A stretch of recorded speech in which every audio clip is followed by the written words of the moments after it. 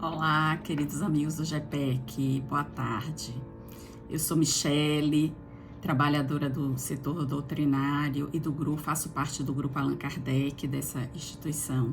Estamos aqui hoje novamente para dar continuidade ao nosso estudo do Evangelho, que está ocorrendo todos os domingos, às 16h30, neste canal aqui do GPEC, do YouTube, de forma sequenciada. E hoje nós vamos começar o capítulo 4. Ninguém pode ver o reino de Deus se não nascer de novo. Mas antes de iniciarmos nosso estudo, vamos fazer uma oração. Vamos aquietar os nossos pensamentos, vamos acalmando a nossa respiração, mentalizando o Mestre Jesus e os benfeitores espirituais que coordenam os trabalhos nessa tarde da nossa querida instituição. Vamos pedir que esses mesmos benfeitores nos intuam para que nosso trabalho possa ser frutífero e tocar o coração de cada um que nos assiste hoje ou no futuro. Que assim seja.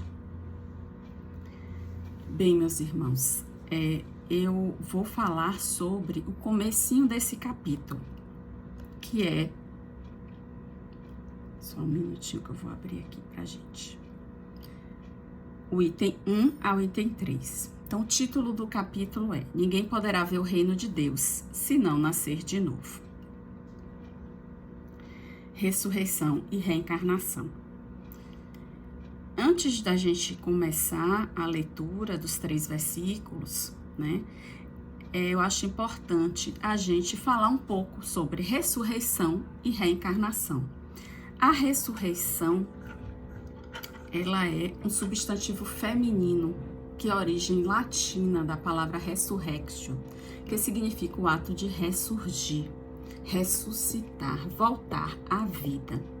A ressurreição, ela é diferente da reencarnação, porque a ressurreição implica em nós voltarmos para o mesmo corpo, enquanto que a reencarnação implica em o espírito retornar, porém num corpo diferente. Esse conceito de reencarnação, ele já é um conceito muito antigo, já existia muito antes do Cristo, só para citar o exemplo da Índia. No Bhagavad Gita, nós vemos a passagem que Krishna fala para Arjuna: a alma não nasce, nem morre nunca. Ela não nasceu outrora, nem deve renascer.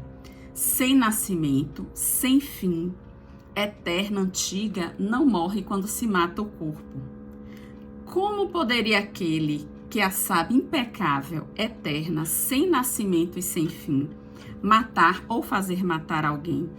Assim como se deixam as vestes gastas para usar vestes novas, também a alma deixa o corpo usado para revestir novos corpos.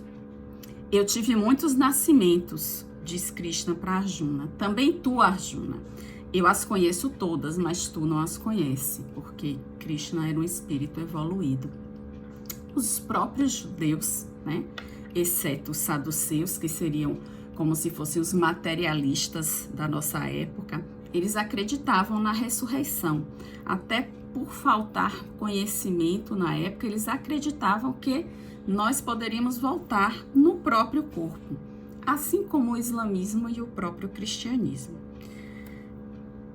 Começando com a passagem no item 1 do nosso estudo, o Evangelho segundo o Espiritismo nos traz: Jesus, tendo vindo às cercanias de Cesareia de Filipe, interrogou assim seus discípulos: que dizem os homens com relação ao Filho do Homem? Quem dizem que eu sou? Eles lhe responderam: dizem uns que é João Batista, outros que é Elias, outros que é Jeremias ou algum dos profetas. Perguntou-lhe Jesus: e vós, quem dizeis que eu sou? Simão Pedro, tomando a palavra, respondeu: tu és o Cristo, filho de Deus vivo, replicou-lhe Jesus. Bem-aventurado és, Simão, filho de Jonas, porque não foram a carne nem o sangue, e isso te revelaram, mas o Pai que está no céu. Mateus, capítulo 16, versículo 13 a 17, e Marcos, capítulo 8, versículo 27 a 30. Bom, essa passagem, ela se dá em Cesareia de Filipe. Cesareia de Filipe era uma bela cidade localizada no Mar da Galileia, na região do Monte Hermon, onde para muitos estudiosos foi onde ocorreu a transfiguração, para outros no Monte Tabor. Em Cesareia de Filipe nós encontramos o nascimento do Rio Jordão. Até esse momento dessa passagem, os apóstolos tinham ficado com Jesus aproximadamente 3 anos e faltavam cerca de 6 meses para a crucificação. Nesse período eles aprenderam muita coisa com Cristo, mas só então Jesus achou que eles estavam preparados para tamanha revelação, porque até então eles não tinham maturidade suficiente para compreender esse ensinamento do Cristo, né? Então é quando Jesus pergunta, né, aos apóstolos, fica claro que era natural que o Espírito voltasse, né? João Batista não seria possível, porque João Batista foi primo de Jesus, né, contemporâneo de Jesus, ainda no ventre, quando João Batista encontra, né, dentro do ventre da sua mãe, encontra com Maria, e a mãe Isabel fala, né, para Maria: bendita sois vós entre as mulheres, bendito é o fruto do vosso ventre. Então, ele considera ainda Elias e Jeremias, que foram profetas que viveram séculos antes. Então, de forma que esses sim poderiam ter voltado como Jesus. E Pedro, claramente mediunizado, né, inspirado pelo alto, ele fala: tu és o Cristo, o Filho de Deus vivo. E Jesus ratifica, né, essa informação que Pedro nos traz, reconhecendo que não foram a carne nem o sangue que isto te revelaram, mas o meu Pai que estás nos céus. Ou seja, não foi Pedro que disse, mas a inspiração divina. Seguimos então no item 2, né, do nosso estudo. Nesse íntere, Herodes, o tetrarca, ouvira falar de tudo o que fazia Jesus, e seu espírito se achava em suspenso, porque uns diziam que João Batista ressuscitara dentre os mortos, outros que aparecera Elias, e outros que um dos antigos profetas ressuscitara. Disse então Herodes: mandei cortar a cabeça de João Batista. Quem é então esse de quem ouço dizer tão grandes coisas, e ardia por vê-lo? Marcos capítulo 6, versículo 14 a 16, e Lucas capítulo 9, versículo 7 a 9. É importante para a gente entender essa passagem, voltar um pouquinho no Velho Testamento, né? No livro de Reis. O que aconteceu nessa passagem do livro de Reis? Elias, ele tinha a missão de evangelizar, de esclarecer aos profetas da época, aos sacerdotes, a existência de um Deus único e evitar a idolatria, o culto a muitos deuses. Só que Elias entrou em contenda com os 450 profetas de Baal, né, que era um deus, né, cananita na época, e fez um desafio a esses profetas. Ele os desafiou, pegou um novilho, cada um pegou um novilho e colocou em uma fogueira. Elias era um médium de pirotecnia, e ele colocou para os profetas um desafio, que a fogueira que ardesse por mais tempo, ele seria o vencedor desse desafio. Ao invés de cumprir a sua missão de esclarecer, de evangelizar, de preparar o terreno para o Messias, como sempre foi designado a ele, não. Ele propôs um desafio que ele sabia que ele sairia vencedor, e como de fato foi. Então, quando os 450 perderam, ele os condena a serem decapitados. E para nossa surpresa, né, como Jesus coloca João Batista como sendo Elias, né? Qual foi o fim de João Batista, né? Salomé pede a Herodes, que estava encantado por sua beleza e apaixonado dela, a cabeça de João Batista em uma bandeja, incentivada por sua mãe, que não gostava de João Batista. e Herodes cede e João Batista morre decapitado, do mesmo jeito que Elias no passado mandou decapitar esses 450 profetas. Entrando agora no item 3 e último item do nosso estudo, né, Kardec nos traz esses versículos. Após a transfiguração, seus discípulos então o interrogaram desta forma: por que dizem os escribas, se preciso que antes volte Elias? Jesus respondeu: é verdade que Elias há de vir restabelecer todas as coisas, mas eu vos declaro que Elias já veio e eles não o conheceram e o trataram como lhes aprouve. É assim que farão sofrer o Filho do Homem. Então seus discípulos compreenderam que fora de João Batista que ele falara. Mateus capítulo 17, versículo 10 a 13, Marcos capítulo 9, versículo 11 a 13, como a gente já comentou aqui. Esse item ele começa com a palavra transfiguração, né? Para quem não lembra, a transfiguração foi o fenômeno que ocorreu no alto do Monte Tabor, alguns consideram no alto do Monte Hermon, né? Quando Jesus estava com Pedro, Tiago e João. E Jesus começou, né, entre aspas, a brilhar, e o seu rosto, suas vestes resplandeceram como o sol, se tornaram brancas, né, como a luz. E Jesus conversa com Moisés e com Elias. Né? As transfigurações a gente interpreta como as propriedades do perispírito que se refletem no corpo físico. Né? O fenômeno ele resulta de uma transformação fluídica. A pureza extrema do perispírito de Jesus permitiu, né, esse brilho, esse excepcional fulgor que foram o que os apóstolos viram. Né?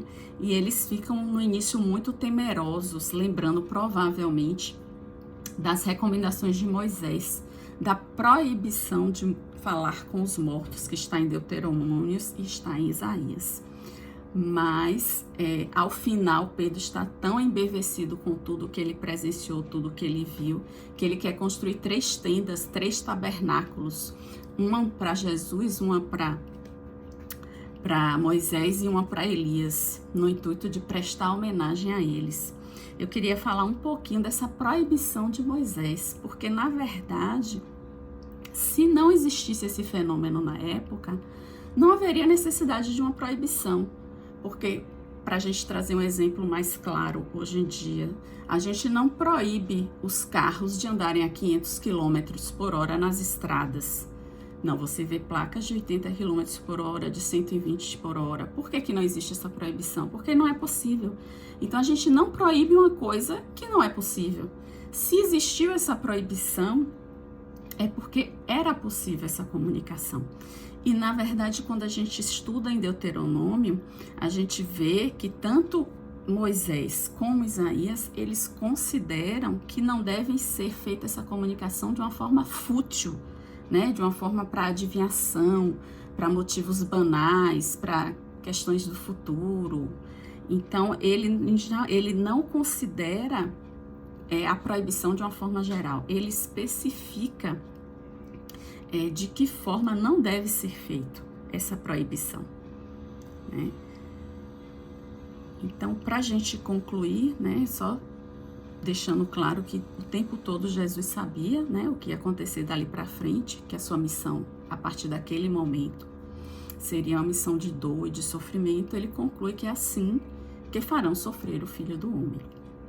Eu trouxe para a gente encerrar um trecho do livro Religião dos Espíritos, né, de Chico, psicografia de Chico Xavier, né, trazida por Emmanuel, capítulo 65, Reencarnação e Progresso. A reencarnação se mostra imprescindível e inadiável. Em nosso presente estágio de evolução, será preciso renascer na Terra ou noutros mundos que se assemelhem, tantas vezes quantas se fizerem necessárias, não somente no resgate dos erros e culpas do pretérito, em louvor da justiça, mas também no aperfeiçoamento de nós mesmos, em obediência do amor. Toda máquina algo produz vencendo a inércia pela força do movimento, e toda fonte que desistisse de caminhar com receio de pedra e de lodo, nada mais seria do que água parada na calmaria do charco. O mundo é assim, nossa escola. A família consanguínea é o grupo estudantil a que pertencemos. O lar é a banca da experiência. Amigos representam explicadores. Adversários desempenham o papel dos fiscais. Os parentes difíceis são cadernos de prova. O trabalho espontâneo no bem é o curso da iluminação interior, que podemos aproveitar segundo a nossa vontade. E sendo Jesus o nosso divino mestre, a cada instante da vida a dificuldade ser-nos-á como bênção portadora de preciosas lições. Espero que essas considerações tenham sido úteis. Nos vemos no próximo domingo com a continuação do nosso estudo, do nosso capítulo. Vamos então fazer uma prece de encerramento, vibrando por todo o nosso planeta, por todo o nosso país, por nosso estado, por nossa cidade, por nossos trabalhadores do GEPEC, por nossos familiares, por nossos amigos, por nossos entes queridos, encarnados e desencarnados. Que possamos, Senhor, ter uma semana abençoada, uma semana de tranquilidade, de paz, de trabalho no bem. E que possamos estar aqui reunidos no próximo domingo para mais um momento de reflexão, de estudo do nosso Evangelho. Que assim seja. Muita paz. Obrigada.